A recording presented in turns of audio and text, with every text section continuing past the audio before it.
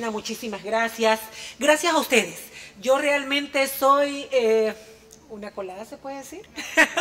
En esta reunión que la organizó María Cristina con todos ustedes. Yo le pedí a ella que me permitiera compartir este momento con todos ustedes para poder presentarles también mi rendición de cuentas. Yo la oía con mucha atención a María Cristina y realmente lo que ella dice se queda corto frente al trabajo que ella hace en la Asamblea Nacional respecto de las personas que tienen algún grado de discapacidad en este país.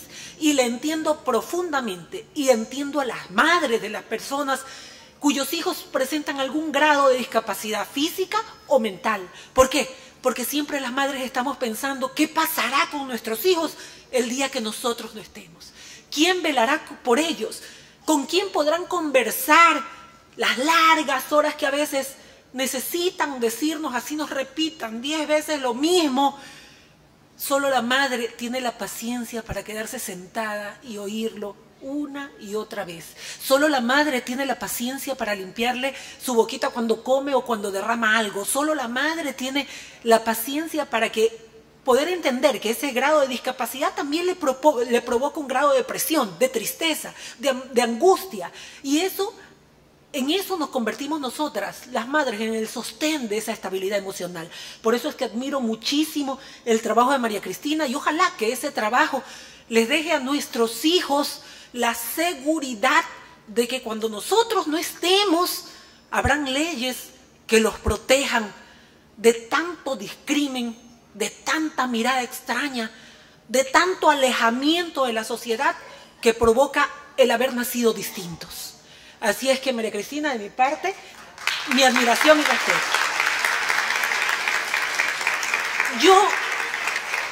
Yo no tengo toda esa maravillosa organización que tiene María Cristina. Yo hice algunos apuntes para poderles decir a ustedes en qué consiste el trabajo del bloque Madera de Guerrero en la Asamblea Nacional, del cual formamos parte ella y yo, y 5 legisladores más: Henry Cucalón, está Moisés Tacle, está Franco Romero, está el nuevo diputado que reemplaza al que ya es alcalde de Babahoyo, que era legislador nuestro, Johnny Terán, y ahora el hermano lo reemplaza en la asamblea, el asambleísta Terán. Está Cristina Reyes. Ese es el grupo pequeño, pero con carácter, con firmeza, con dedicación, que trabaja en la asamblea. ¿A qué parte me he dedicado yo? Porque todos somos un complemento. A la parte de la seguridad de ustedes, a la parte de la seguridad ciudadana, al terror que sentimos cada uno de nosotros cuando nuestros hijos no llegan a casa y de repente se les ha acabado la batería del celular y ya nosotros nos imaginamos que algo terrible les pasó. Y empezamos a llamar a los amigos y empezamos a ver las horas y empezamos a contar los minutos hasta que nuestros hijos lleguen. ¿Y por qué pasa eso? Porque vemos todos los días en la prensa cómo hay los ataques terribles de la delincuencia, ya no solamente de noche, sino a plena luz del día. Leía en cierta ocasión que un hombre que cargaba una bolsita de papel iba al lado de su esposa en un bus. Se subieron los delincuentes y creyeron que llevaba algo importante en la bolsita de papel y le dieron un tiro en la cabeza delante de su esposa. ¿Saben lo que llevaba en la bolsita? Basura. Para no tirarla a la calle, la había metido en la bolsita de papel. Por eso la ley que trataba de evitar que estos delincuentes peligrosos sigan dañando la vida y los bienes de la gente, que es el Código Penal o el Código Integral Penal, fue de vital importancia para el bloque entero. Participamos de manera fehaciente, cada uno de nosotros, haciendo aportes. ¿Por qué? Porque el código podía decir, para ponérselos en términos sencillos, que la pena máxima para quien mata a otra persona, sea adulto o niño, eran 35 años de acumulación de penas. Entonces todo el mundo dice, sí, bueno, 35 años es bastante, ¿no? Que se merece esa pena. Pero más adelantito decía, si no tienes sentencia en un año, es decir, si no se apuran los jueces, sales en libertad y vuelves a delinquir. Lamentablemente, pese a nuestra lucha, pese a que Madera de Guerrero salió a las calles a recoger firmas de todos ustedes y con todos ustedes, no se logró cambiar ese artículo. Por eso en el Ecuador, según estudios, solamente el 1%, o sea, una persona de cada 100 casos de asesinatos tiene sentencia condenatoria. Los demás no. Entonces, ¿qué es lo que sucede ahí? nosotros, los ciudadanos que tratamos de llevar una vida honesta, trabajando, somos los que tenemos que estar detrás de las rejas en nuestra casa y los delincuentes libres. Vemos en televisión todos los días cómo rompen vidrios, les caen como pirañas, como tiburones a los vehículos, sobre todo cuando va manejando una mujer sola. Y el terror que vive esa mujer cuando de lado y lado la golpean y se le meten al carro y si gracias a Dios sale viva, el terror con el que vive diariamente de ser asaltada. Yo conocí a una jovencita que va al sitio donde yo concurría a hacer deporte y yo la veía algo en su carita que sus ojitos no eran iguales, ¿no? Entonces ella en el carro me dijo que por favor la llevara a la casa, su papá no llegaba y ella no podía coger taxi ni bus, y yo le digo, bueno, con gusto, la llevé a la casa, y ahí me contó el porqué de su temor. Ella iba manejando su carro, salió del trabajo, 23 años la niña, para mí una niña, y de repente un tipo del lado de que ella iba manejando le rompió el vidrio y uno de los vidrios se le enterró en el ojo y perdió el ojo para siempre. Ella dice que después de casi un año recién estaba tratando de incorporarse nuevamente a su vida, a hacer una vida normal, después de haber perdido no solamente el terror, porque ella se tapaba la cara para que no le siguiera haciendo más daño, sino que ya su vida nunca más va a ser la misma. Tenía una prótesis en el ojo esperando que se la cambiaran por otra. Por eso nuestra dedicación al Código Integral Penal. Por eso nosotros peleamos, presentamos los casos, les dijimos a los asambleístas de gobierno, no mientan, no digan que un delincuente va a pagar su condena en la cárcel 20 o 25 años. No es así. Va a salir en un año como salen la mayoría, porque siguen manteniendo, pudiendo haberla cambiado, esa disposición que dice que si los jueces no se apuran en un año, así hayas matado a 1 o a 10, sales en libertad. Así es que nosotros, pese a que no pudimos cambiar eso, la gente está consciente de que eso existe. Por eso la gente pelea en sus juicios cuando lamentablemente está en medio de un caso como este, para que el juicio se acelere y lo denuncie y trata de que los casos no queden en la impunidad. Y no se trata de la venganza, no se trata de que sea castigado, se trata de que esa persona no salga a quitarle la alegría y la vida y los bienes a familias enteras. ¿Por qué familias enteras? Porque cuando nos dañan a uno, nos dañan a todos. La vida nunca vuelve a ser la misma. Yo he tenido casos que se van a denunciar de personas que han perdido a sus hijos por la delincuencia. Nunca más. Una madre que pierde un hijo es madre mutilada para toda la vida. Nunca más se recuperan. Es como que si les hubieran arañado con vidrios el corazón. Así se queda para toda la vida. Nuestro trabajo en la Asamblea fue y seguirá siendo lograr que las leyes, no voy a entrar en la explicación de cada artículo, yo quiero entrar en el centro, en lo que nos interesa a nosotros, lograr que las personas que cometen delitos graves no sigan en la calle atentando contra nuestra familia y nuestros hijos. De ahí hablaron de las cárceles. Recuerden ustedes lo que pasó en Guayaquil. El municipio administraba una cárcel, la cárcel de mayor seguridad, La Roca. El gobierno le dijo, no señores, ustedes no tienen nada que ver en esto, la administro yo. La administraron ellos y fugaron presos y se daban bala adentro y vendían droga adentro de esa cárcel que no era de rehabilitación, era de perversión. Y luego la clausuraron y hicieron una nueva cárcel. Se supone de máxima seguridad. ¿Y quién se escapó de la cárcel de máxima seguridad? Un hombre desarmado, tierrita, el que mató a la madre y a la hija en Lomas de Urdesa. ¿Por qué? Porque según él estaba drogado. Entonces no sabía lo que hacía. Entonces no entendemos los que estamos aquí. Cómo el gobierno, por una parte, dice que permite el consumo de drogas y que no es ilegal. Y por otra parte, ese consumo de drogas lleva a un hombre como él a asesinar de manera tan vil a una niña, poniéndole una funda en la cabeza y dejándola desnuda prácticamente antes de matarla. A la niña y a su madre. Hay campañas, y ustedes han visto por televisión, de que denuncien al que vende drogas fuera de los colegios, que no sé qué. Ahora los chicos consumen drogas desde los 10, 11 y 12 años. Y no solamente consumen ellos, drogan a sus profesores. Salió en la televisión, drogaban a los profesores.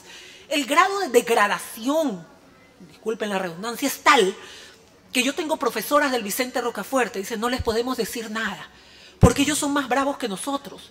No los podemos expulsar, porque dicen que tienen derechos. No podemos hacer absolutamente nada más que replegarnos en algún lugar y ver lo que sucede.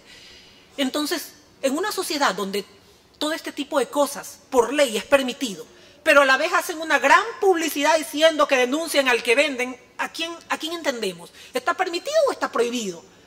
¿Cómo es esto? El consumo sí de tal gramaje que lo decidirá el concepto. Está permitido por todo el mundo. Entonces, ¿por qué persiguen a los que le venden exactamente ese consumo a los chicos si pueden comprarlo? Pues si la ley lo dice. Entonces, esas son las incongruencias que llevan a una sociedad a convertirse en sociedad peligrosa. El domingo no puedes beber cerveza, pero consumir drogas sí, cocaína también. Te puedes inyectar, si es heroína mejor. Así es que eso no importa si es sábado, domingo, lunes o cualquier día. Eso está permitido. Entonces, por la nariz, por la sangre, por como sea. Y lo peor es que han habido muertes de chicas, estudiantes, vestidas con uniforme, que no se sabe si la drogaron para darle a probar en el colegio y llegan vomitando y mueren en las casas. El problema con nuestros hijos es grave. El problema de la inseguridad en este país es grave. Cada uno de nosotros debe procurar las medidas para proteger a nuestras familias, tanto del consumo de drogas como de la delincuencia. El que no lleguen tarde, el que siempre anden acompañados, el que las jovencitas que son tan lindas no anden solas en las calles, que anden con alguien siempre, así sea un amigo, una amiga. En grupo es más difícil que los asalten o que las secuestren que cuando van solitas. Esa era la parte respecto de la ley penal que la peleamos, presentamos observaciones en el Congreso. Algunas las escucharon porque, por ejemplo, logramos que se cambie una figura que decía, para ponerlo en términos sencillos, si el delincuente dice que no sabía que lo que estaba haciendo era delito, queda libre. Eso decía una de las disposiciones. Error de tipo o error de prohibición. Si la ignorancia de la persona que comete el delito es invencible, decía, no es responsable, no se le puede poner una pena. ¿Qué dijo Tierrita? Que él no sabía lo que hacía. Entonces, bajo esa norma, él hubiera estado libre. Porque además estaba bajo los efectos de una sustancia que estaba permitida, ¿no? Todo conjugaba a la impunidad. Ahora, además de ese tema que sí que centró mucho a nuestra atención, hemos tenido participación en algunos otros temas que tienen que ver, por ejemplo, con también incongruencias que se cometen en la Asamblea Nacional. Castigaron a un asambleísta que no es de nuestra línea política y tal vez nunca coincidamos, el asambleísta Bucaram, porque había tenido una expresión que dijeron las señoras de la Asamblea que las había ofendido. Entonces lo castigaron con 1 mes y lo votaron. Yo les presenté en el Pleno en la siguiente sesión un video donde habían decenas de frases lamentables del presidente de la República respecto de mujeres. Se los presenté a ellas mismas. Le dije, yo estoy de acuerdo con que sancionen a cualquier legislador que ofenda a las mujeres, de aquí adentro o de afuera, de izquierda o de derecha. Lo mismo deberían hacer ustedes. Y el presidente decía cosas como, yo no sé si las mujeres en la política han venido a mejorar la democracia, pero ¿cómo han mejorado la farra? ¿Creen ustedes que una mujer como María Cristina en la Asamblea, con todo el sacrificio que ella le representa ir y venir, o a una madre de familia como yo y abuela como yo, que nos representa ir y venir, nuestro trabajo es para mejorar la farra? Cuando el trabajo al que yo represento casi me cuesta la vida en Ciespal, cuando me abrieron la cabeza a mejorar la farra. Y eso no les pareció ofensivo a las legisladoras de Alianza País. Y presenté una resolución para que votaran por la sanción, tanto a Bucaram como una exhortación al presidente para que respete a las mujeres de todo el país. Hizo el gesto de que una periodista con la que él no coincidía, que fumaba marihuana, hizo el gesto de que ella esta vez fuma marihuana. Y se los presenté en el Pleno. Después le dijo a una chica del Universo que le hizo una mala pregunta gorda y horrorosa, gordita horrorosa. Ajá. Después las momias bueno, quien agrede la boca es un arma poderosa con la que puedes destruir la sensibilidad de un ser humano. Y si nosotros empezamos a oír insultos permanentes de la máxima autoridad, entonces, ¿por qué no lo pueden decir los que somos sencillamente ciudadanos? y insultarnos mutuamente. ¿Por qué en un caso sí es sancionable? ¿Por qué en el otro caso no votaron? Se hicieron para atrás, se miraban, oían lo que les decía, porque estas frases son poquitas, yo les presenté como 10, que la memoria no me trae, pero las tengo en video. Pues se hicieron para atrás y nadie votó. Y en la misma resolución estaba exhortar a los dos a que respeten, no estábamos diciendo al presidente sanciónenlo ni nada, solamente exhortar al presidente de la República y al asambleísta Bucarán que respeten a cualquier mujer, sea de derecha, de izquierda, rica, pobre, vieja, joven. Porque lamentablemente las mujeres, a nosotras, sí nos juzgan por lo que nos ven. Un hombre puede ser gordito, puede ser mayor y puede ser calvo y sencillamente lo escuchan si es inteligente o no. Y no le dicen nada respecto de su aspecto físico.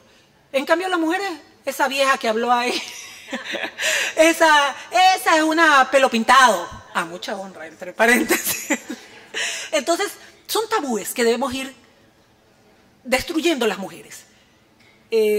Las virtudes y los defectos no son patrimonio de los géneros, sino de la humanidad. Podemos haber mujeres inteligentes, brillantes, o mujeres que no lo son tanto. Igual, pueden haber hombres inteligentes y brillantes y hombres que están muy lejos de siquiera parecerlo. Esos tabúes también tienen que ser rotos a través de intervenciones como las que hacemos en la Asamblea. Bueno, también intervenimos en casos como uno que se presentó para indemnizar a las personas que dijeron por la Comisión de la Verdad haber sido víctimas durante gobiernos anteriores. Este grupo era Alfaro Vive Carajo. Separaron asambleístas de Alianza País y dijeron al fin nuestros compañeros van a ser reivindicados. Entonces nosotros, quien habla, pidió la palabra y le dijo, bueno, ¿por qué el asambleísta que acaba de hablar de Alianza País no dice compañeros de qué? ¿Eran compañeros de farra? ¿Eran compañeros de colegio? ¿Eran compañeros de barrio? No, eran compañeros de armas que asaltaron, asesinaron, robaron a ecuatorianos inocentes. Uno de ellos, la cabeza apareció en una caja de un empresario, el empresario Briz, hace muchos años. Exactamente. Entonces, yo lo que les dije, ok, ustedes quieren poner a estas personas, si fueron violentados sus derechos, ok, está bien, pero también incluyan en el mismo informe a las víctimas de sus víctimas, al policía que le dispararon por detrás, a 2 policías que le dispararon, por estar cuidando un cuarto de hospital donde estaba uno de los de este grupo. Entonces, nos ponemos de acuerdo, pues no. O es todos los derechos humanos de todos los derechos humanos de todas las mujeres, o vamos a estar señalando, tú tienes derechos, tú no, tú sí, tú no. Tú estás en mi partido, entonces a ti te respeto, tú estás en otro partido, entonces no tienes derechos. Aquí todos debemos tener derechos y así actuamos el bloque. Ayer votamos con ellos, con el bloque de gobierno, por un indulto a una persona que está muriendo en la cárcel. Lo presentaron ellos hicieron la investigación. Y el señor está muriendo, ni siquiera puede controlar sus necesidades biológicas.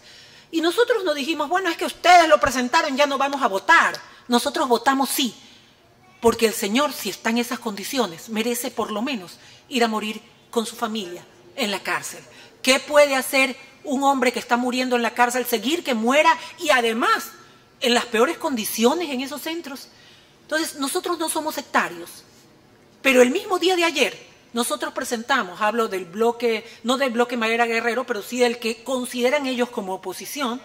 Esta fue la asambleísta Mae Montaño de Creo, presentó una resolución para que discutamos en el Pleno lo que está sucediendo en Venezuela, donde los estudiantes mueren de certeros tiros en la cabeza y todo el mundo mira a otro lado, diciendo no es conmigo, aquí no pasa nada. Como él es de izquierda, entonces no pasa nada.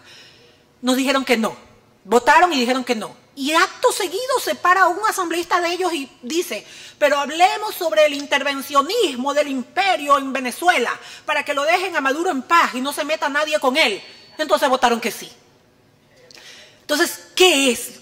¿Cómo yo no logro entender qué es lo importante? En el mail, en las redes, salieron varias fotos de la presidenta de Argentina, Cristina Kirchner, en los años de su adolescencia, cuando era una estudiante rebelde, con las fotos donde arrastraban a estudiantes, ella decía que eso era dictadura. Ahora arrastran estudiantes en Venezuela y dice que es democracia. Lo mismo en Brasil, la presidenta de Brasil era una persona que guerreaba, por ponerlo entre comillas, en las calles. Cuando atacaban el gobierno, los estudiantes los arrastraba y los asesinaba. Ella luchaba también ahí. Y ahora le dice que lo que pasa en Venezuela es democracia. Antes era dictadura, ahora es democracia. ¿Por qué tenemos que parecer insensibles frente a fotografías como las que a lo mejor todos vieron, de una muchacha que iba en brazos de un amigo en la motocicleta, dada un tiro en la cabeza, una Miss de Venezuela, con su cabecita y para atrás y su carterita pintada, un tiro en la cabeza, por salir a protestar por un país, lamentablemente, donde las necesidades básicas no están siendo insatisfechas, y por último, porque ellos creen que las cosas deben cambiar y tienen el derecho a salir a protestar. Y nosotros, en la asamblea, tenemos que dar un pronunciamiento diciendo que protegemos al presidente que está mandando a atacar a los estudiantes y no abrir el debate para decirle al mundo, paren una guerra civil que está existiendo en Venezuela, donde los jovencitos, el olor a sangre no los asusta. Han matado ya varios y qué casualidad, todos con tiros en la cabeza, certeros, tiros en la cabeza. El olor a sangre no los asusta, más fuerte es el olor a libertad, que los guía a caminar y a seguir en esa propuesta. Que Ecuador debe hacer un pronunciamiento, así no sirva para nada, pero sirve para decirle al país, a estos jóvenes, que entendemos su lucha. Pero no, mientras era proteger a Maduro estaba bien, mientras nosotros propusimos, hablo del bloque de oposición, a través de Mae Montaño, hablar sobre las muertes de estos jóvenes, nos dijeron que no. Igual, y para no seguirlos manteniendo aquí tanto tiempo, hemos presentado, como dijo María Cristina, que ella preguntaba y preguntaba. Nosotros también hacemos nuestras intervenciones tanto en la radio, en la televisión, en los periódicos, en el pleno, respecto de las cosas extrañas, entre comillas, que suceden, ¿no? Si ustedes van a un banco a prestar $800,000 y le dicen que van a dar de garantía la casa del vecino y no la de ustedes, no solamente se les ríen, sino que sale la policía y lo saca. Aquí llegó un extranjero, fue al Banco Nacional de Fomento, le dieron $800,000 y ¿saben qué dio en garantía? Los bienes del Estado, que no eran de él. Los bienes del gobierno, que no eran de él, los dio en garantía. Y se mandó a cambiar. Y el primo, el señor Delgado, dijo que iba a un matrimonio de la hija de Talavés, termina de casarse porque nunca regresó. Entonces, esos temas no pueden quedar en el olvido. Porque esa plata, esos $800,000, no eran de un particular, eran de todos ustedes. Eran los créditos que no le dan a los campesinos, o que necesita el dinero, hablando de dinero en general del presupuesto general del Estado y las instituciones, como el Seguro Social, que necesita la gente para salud, en los hospitales públicos, y en el Seguro Social, haciendo un paréntesis, pudimos dar declaraciones fuertes contra lo que iban a hacer con las personas que trabajaban en la calle, o los que manejaban bus, o los que manejaban taxi, o los que tenían su tienda, o los que vendían en la calle. ¿Saben lo que pretendieron hacer? Obligarlos a afiliarse pagando el 20% de sus ingresos al Seguro Social, pero no podía ser menos que calculado sobre el salario básico. Es decir, todos los meses tenían que dar alrededor de $70, si mal no me acuerdo, para el Seguro Social. Así ustedes ganen 100 al mes, o así hayan hecho en ese mes, no hayan vendido y hayan sido 200. $78. Entonces, eso no era justo. Y tal fue la presión de las declaraciones de todos que logramos que eso se revierta. No hablo en lo personal, sino todos los que dimos declaraciones en ese sentido. Después salieron a decir que el seguro obligatorio era voluntario. Nadie entendía, ¿no? Como un churin funfly. Lo obligatorio es voluntario, lo voluntario es obligatorio. Parecía que la renuncia del señor Cordero era la renuncia obligatoria voluntaria también, ¿no? Bueno, esa es nuestra labor en la Asamblea. A veces no solamente se trata de presentar proyectos de ley, se trata muchas veces de defender derechos que logramos, aun cuando seamos voz de minoría, que se cambien. Y lo hemos hecho en reiteradas ocasiones. Y lo seguiremos haciendo mientras ustedes decidan que nosotros estemos en un cargo de elección popular.